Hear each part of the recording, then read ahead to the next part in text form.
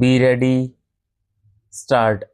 Learned Council for the District Cooperative Banks, however, submitted that the Reserve Bank of India must assure that the entire amount offered by the district cooperative banks for exchange after due verification in the form of demonetized notes will be duly replaced by commensurate amount of legal tender notes contemporaneously.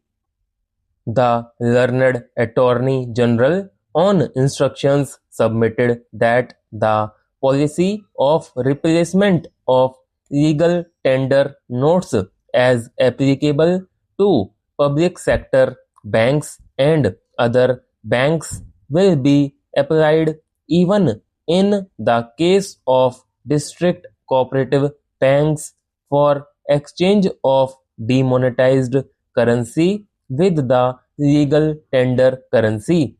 We accept the assurance given by the learned Attorney General in this behalf.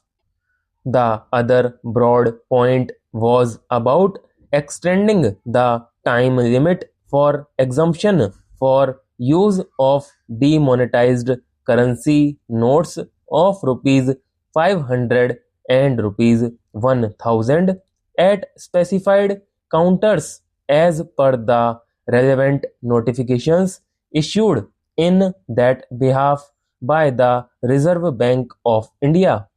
It was contended that the exemption period provided in the concerned notification is expiring. Hence, it will not be possible to deposit the demonetized notes at specified counters thereafter, even in case of emergency situation like hospitalization, travel by railway or air, etc.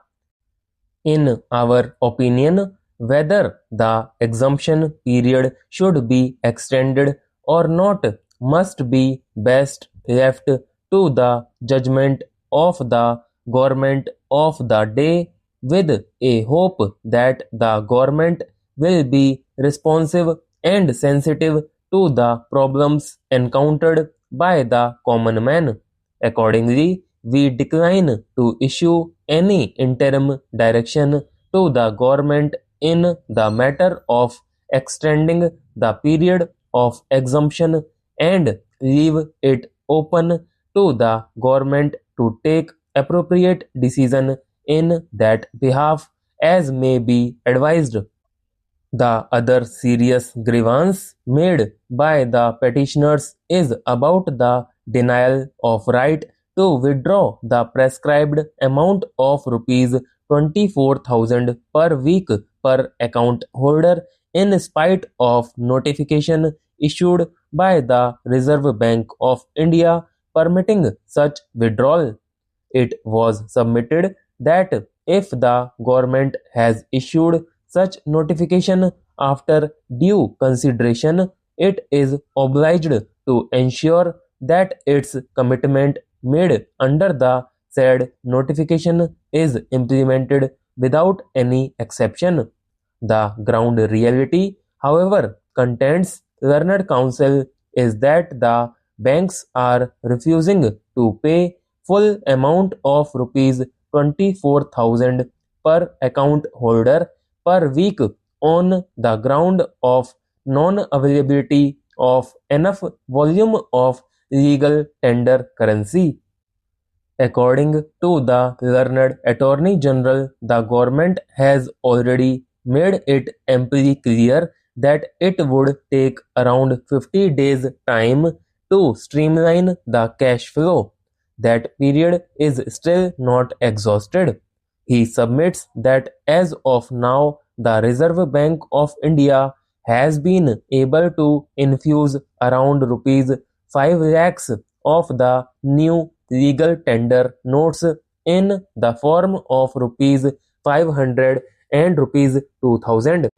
That is almost over 40% of the amount of demonetized notes already deposited with the banks. Further, the authorities are working to the best of their ability to diffuse the crisis of cash flow situation by printing new notes. It is further submitted that for the nature of decision taken by the government to unearth the black money or unaccounted money and to dry up the terror fund and defeat the attempt of circulation of large scale counterfeit currency, maintaining complete secrecy of such a decision was imperative. For that reason, new currency notes could not be printed well in advance. He submits that the old demonetized notes will be replaced by new legal tender notes in the form of rupees 500 and rupees 2000 progressively in right earnest. Considering the stand taken by the learned Attorney General, we may commend to the authorities to fulfill their commitments made in terms of the stated notification permitting withdrawal of rupees 24,000 per account holder of the bank per week to the extent possible and review that decision periodically and take necessary corrective measures in that behalf.